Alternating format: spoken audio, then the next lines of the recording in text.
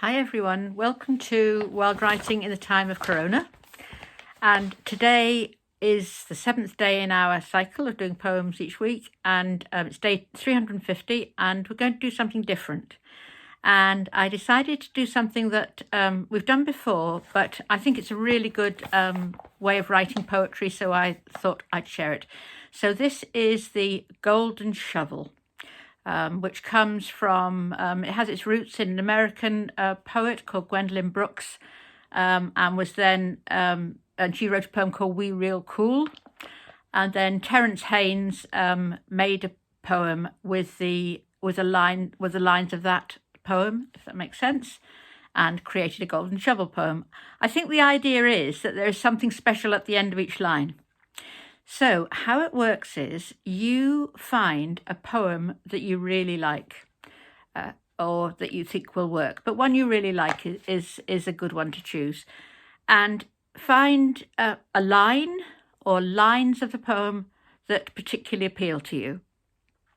It might just be one line, it might be a very short line, it might be a couple of lines. And to give you an example, today I've chosen a poem that I like very much. It's a very early one. It's from the 17th century by a poet called George Herbert.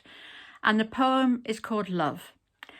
And it's about a dialogue that the poet imagines happening with love, if that makes sense. And the opening two lines of the poem go, "Love bade me welcome, yet my soul drew back, guilty of dust and sin." So those are the two lines I chose. I don't know why, because they're very tricky. And what you do when you've chosen the line or lines is you write, in order, you write the words down the side of your page. I'll just show you. So you can see there, love bade me welcome. Okay. And that forms the last word of each of your lines. So if you have 10 words, you have a 10-line poem. So I, funnily enough, had a 14 words. So I think technically this is going to be a sonnet. And because I attempted to write it in the iambic beat, which is da-dum, da-dum, da-dum, da-dum, da-dum, da-dum, five lots of da-dum, it's, I think, technically a sonnet. So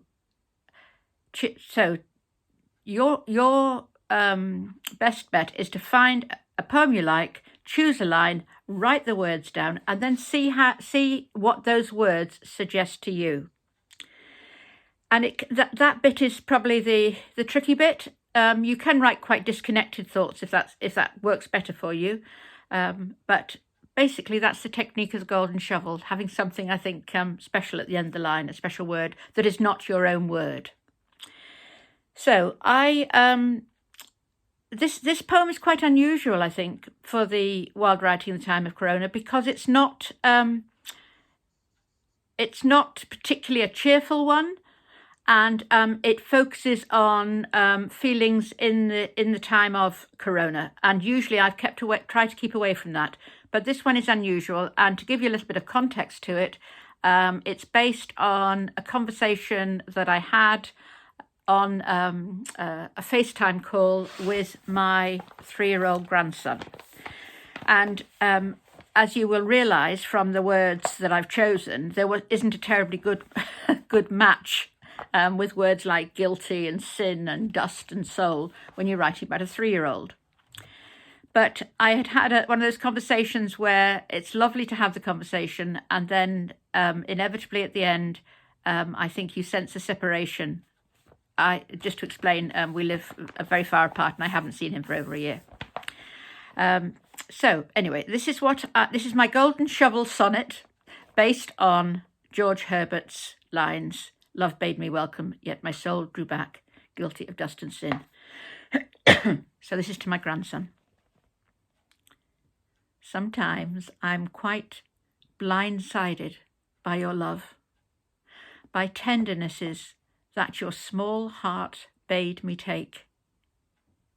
I feel you really long for me. Into your arms I know I am welcome. You're only 3 years old, my love, and yet your little heart has kindness my, oh my. With you, I feel such magic in my soul. I'm a mottled canvas, and you drew through all the years and paint. You took me back to days of innocence, never guilty. I'm reinvented with the wonder of joy that can blossom here amidst the dust.